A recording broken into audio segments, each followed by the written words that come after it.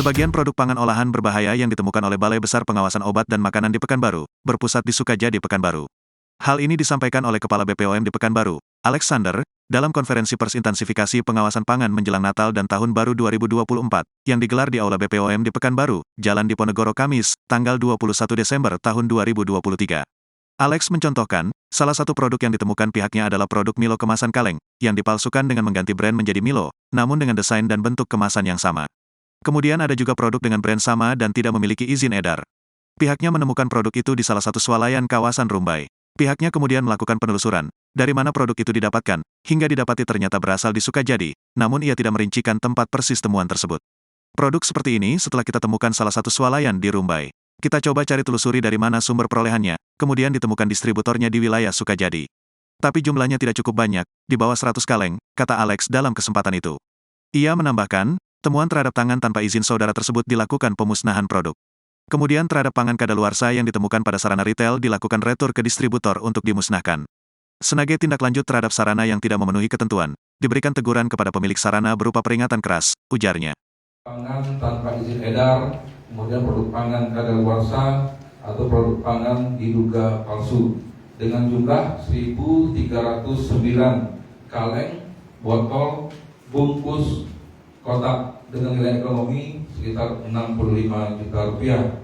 Nah, terhadap pangan tanpa izin edar ini akan dilakukan pemusnahan. Kemudian terhadap pangan yang kadaluarsa ada beberapa yang diretur ke distributornya untuk dimusnahkan.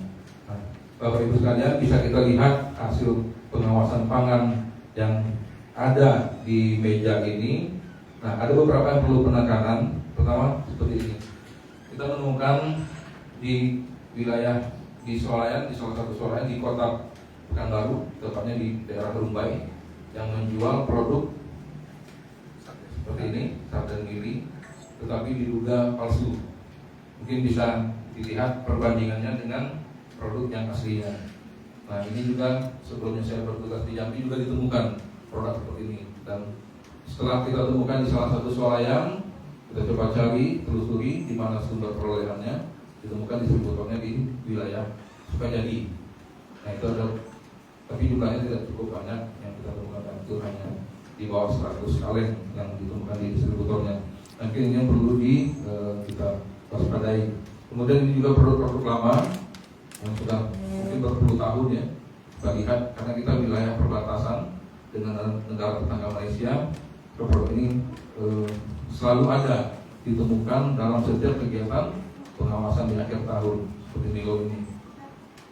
Mungkin itu Bapak Ibu semua. Nah, ini salah satu contoh produk yang tanpa izin edar, kemudian juga sudah kadaluarsa sejak tahun 2020, masih dijual di salah satu toko di Kota Pekanbaru.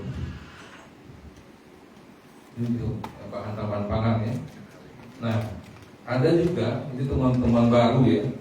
Nah, seperti ini Milo, ini tulisannya MIILO, bukan Milo seperti biasa.